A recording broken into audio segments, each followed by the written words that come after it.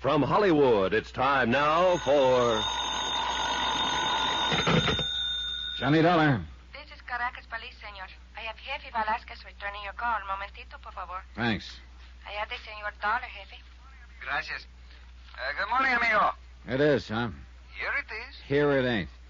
Where is there? The Alder house in La Guiara. I'm staying here at Alder's request. Ah, you are, how they call a fast mover, amigo. Felicidades. Sorry, but felicitations are a little out of place. Trouble? Someone came within inches of killing Alder last night. I've got the bullet. How's your ballistics set up? At your disposal. Just bring it in. Thanks, I will. Maybe it's got something to say. I hope you're right. But, amigo. Yeah? Don't you think is the next bullet you should be worrying about?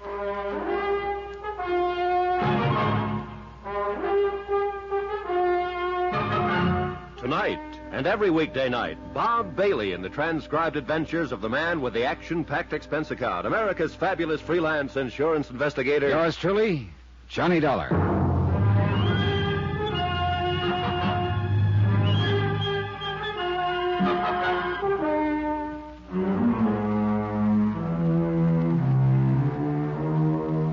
From Special Investigator Johnny Dollar, location Caracas, Venezuela, to the Home Office, Worldwide Mutual Insurance Company, Hartford, Connecticut. Assignment, the Alder matter. Expense account continued.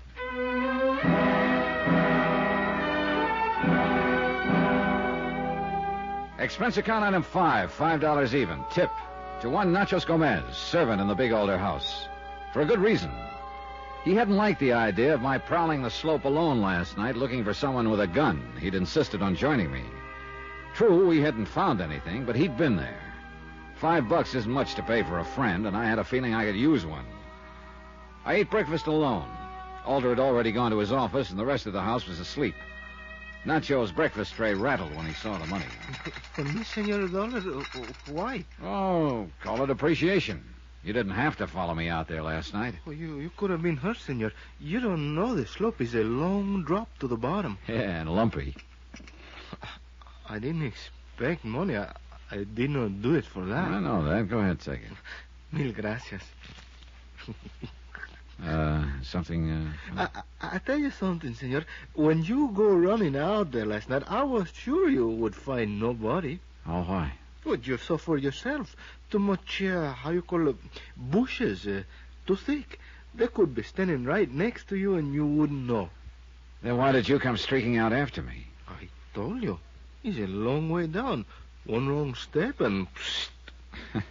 In the States, that's an old joke. The punchline is, watch that first step. It's a beaut.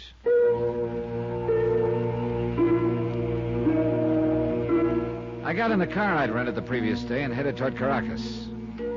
I passed the driving time pleasantly by counting oil wells. From that, I graduated to trying to figure how much money they made with each given stroke of the huge pumps. Nice kind of occupation? Sure. Specifically designed for a purpose. To keep me from worrying about the business at hand, namely why super salesman Billy Alder, insured for $250,000, should change his beneficiaries 5 times in a single month. Further, who'd taken that pot shot at him last night? Answers? I went back to counting oil wells. In Caracas, I headed for police headquarters and the head man, Jefe Velasquez. He turned the bullet over to his lab, but they were short-handed. By lunchtime, I still had no report. So I took Velasquez to lunch. For a man who is living in a house like Billy Alder's, you do not look happy, amigo. That bullet traveled an inch more to the left. Billy Alder wouldn't need a house. It's a good point. You look too serious for a nice lunch. I fixed that. Oye, deme 2 pisco sour, por favor. You ever drink the pisco sour, amigo? No. Will it help? Well, they do not solve the case for you, but they make you happier about being worried. Well, maybe we'd better order doubles. It's confusing, the Alder house. What do you think? Keep him alive, Alder says. But that's the only word you can get out of him. You feel the thing I mentioned yesterday, the tension, the strangeness? The only ones I've met are Alder and his daughter. You haven't met Mrs. Alder, any of the others? Why? They got home late. After the shooting? Way after. Interesting. Oh, sure. It could have been any of them out on that slope. I do not worry about you, amigo. You will do fine. Well, here's something else interesting. Alder doesn't want me to question any of them about that shot. Oh? You noticed there was no complaint to your office about the murder try. I notice. Because Alder wanted it that way. Like I say, interesting. Hey, gracias, waiter. You sip that, amigo. See if it does not help. It's good? Oh, very nice. It will be nicer. Just give it time. You still have the Senor Billy Alder on your mind, eh? Yeah. Have another sip. Hefe, See? there's something else on my mind. You got to learn to relax, Johnny. You mentioned Mrs. Alder a few minutes ago. Seemed surprised I hadn't met her. What are you thinking of? Just that you living at the house. No, Hefe, it was more than that. Amigo, you are imagining. Come on now, level with me. I'm far enough out in left field as it is. Write it off as professional courtesy, huh? You are a pretty nice-looking fellow, amigo. Don't snow me. Just I give am me- simply trying to answer your question, Johnny. Mrs. Alder, how shall we say it? It does not make her angry to be seen in the company of a handsome man. I see. What's Mr. Alder's reaction? The elders must be people of breeding. If they have a quarrel, it is not in public. Thanks. But at the risk of seeming ungrateful, you could have mentioned that yesterday. It's a pretty good department, the Caracas police, amigo. You know why? Because I teach them always one thing at a time. Comprende? Mucho, amigo. Come on. We eat, then we get back to the lab.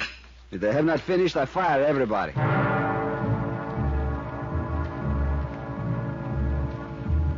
Expense account item 6, $14.85. Velasquez drank enough pisco sours to float the Normandy. Back at the police lab, I wished I'd kept pace with him, because all they could tell from the bullet was that it had come from a Luger. And Velasquez pointed out there must be a couple of thousand Lugers in Caracas. I headed back for the Alder house at La Guerra. Unless the members of that happy household slept all day, somebody should be alive and stirring. And they were people I wanted to meet badly. But I almost didn't make it. As I approached the main gate, I noticed another car parked along the side of the road about 50 feet from it. Suddenly it roared into life, shot forward, screamed to a stop, cut me off, almost piling me into the entrance pillars. You darn fool, what's the matter with you? Plenty. You know who I am, Dollar? I know this. If you ever try a stunt like that again, I'll ram those pearly teeth right down your throat. Tough guy, huh? There's an easy way of finding out. Well, we'll get to that in a minute. I asked you if you knew who I am. Sure I do. Paul Kincaid, the lad who was smooching with Billy Alder's daughter yesterday. You taking bows? You just couldn't wait to tell Alder about it, could you? Your girl's been telling you lies, Kincaid. I just happen to be there. If you don't want to be seen, don't neck in doorways. Now, just a minute, Dollar. And speaking of people in wrong places, I thought you were a foreman in the oil fields. I don't see any derricks on the Alder property. I took the day off so I could come over and see you. Well, you getting a good look? Yeah. And I still think Alder hired you to keep Peggy away from him. Now, you keep out of my head, Dollar. What are you staring for? Well, now, everybody's full of wild ideas today. I just had one that maybe isn't so wild. Like maybe you just ad-libbed a reason for being here. And the real one is to sneak out on the slope and see if you can't find an empty Luger shell. What? There has to be one out there, you know. You saying I took that shot at Alder? I don't know. How bad do you want to marry into the Alder money? I saw the punch coming, slipped it, and threw my own. It was a dilly while it lasted. It lasted too long. You get a set of arms working in an oil field. He had them all right, and those punches hurt. So I went to judo. Even then, it was tough. I guess I'd better get in shape or take up accounting. A look in the car mirror made one thing clear. I couldn't take a face like that through the front door. When I reached the house, I skirted it, managed to get to the service entrance without scaring the life out of anyone. Here, my little gift to Nacho Gomez, CEDA item 5, began to pay off. He hustled me up to my room by the back stairs, and without waiting to be asked, he got busy with bandages and things. You win, senor? Oh. Would you believe it if I said yes? Only through politeness, I think. Oh. Perdóneme, senor. That one was pretty deep. Caray. Yeah, what's the matter? I was just thinking, if you really win, I hate to see the loser. Thanks, but I can do it without seeing him again. There Es about the best I can do, señor. Yeah, well, okay, thanks. Oh, no es nada. Con su permiso, señor. Sure. Just tell me one thing, will you? Is anything going on downstairs? Well, how do you mean, señor? Well, that racket we hear coming The up. racket? Oh, you mean El Montante. Montante? The bullfighter? The finest matador in the world, señor. Did you not know he's the guest of the house? He's staying here? Oh, sí. The señor and señora Alder, they're big aficionados. They love the corrida. New style, isn't it? Fighting bulls in the house? No, señor. Montante, he just give how you say, a demonstration of the passes with the cape. You know? Uh-huh. Oh, it's beautiful. Why you not go down and watch, señor? You see, you will enjoy. It's lovely, the fine bullfighter. Anybody ever asked the bull about that? After Nacho's gentle ministrations and a quick change of clothes, I must confess I looked slightly more like a human being again. Slightly. Anyhow, I wandered downstairs, headed for the huge living room. And it was like walking into another world, alive and pulsating to the music from a record player.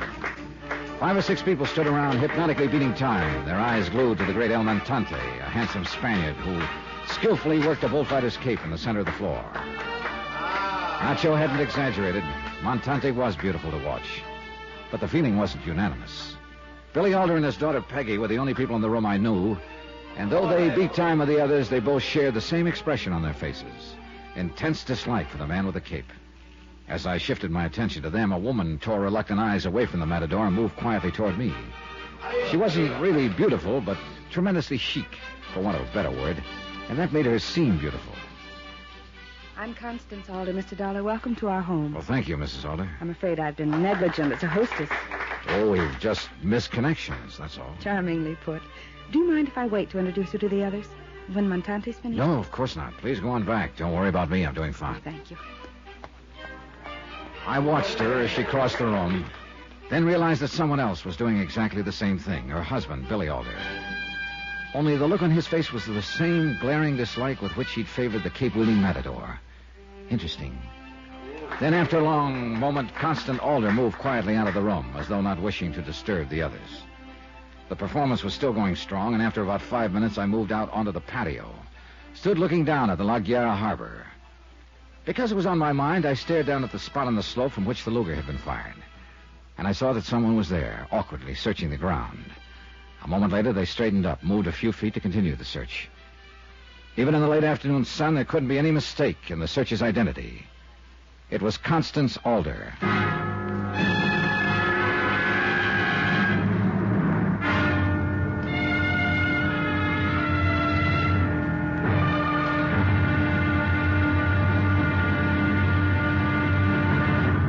Now, here's our star to tell you about tomorrow's episode of this week's story. Tomorrow, 2 sides of the same old yarn. And whichever side you choose, you've got to call it wrong. Join us, won't you? Yours truly, Johnny Dollar.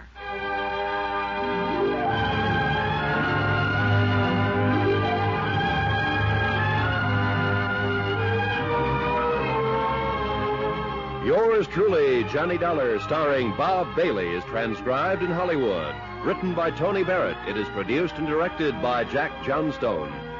Be sure to join us tomorrow night, same time and station, for the next exciting episode of Yours truly, Johnny Dollar. Roy Rowan speaking.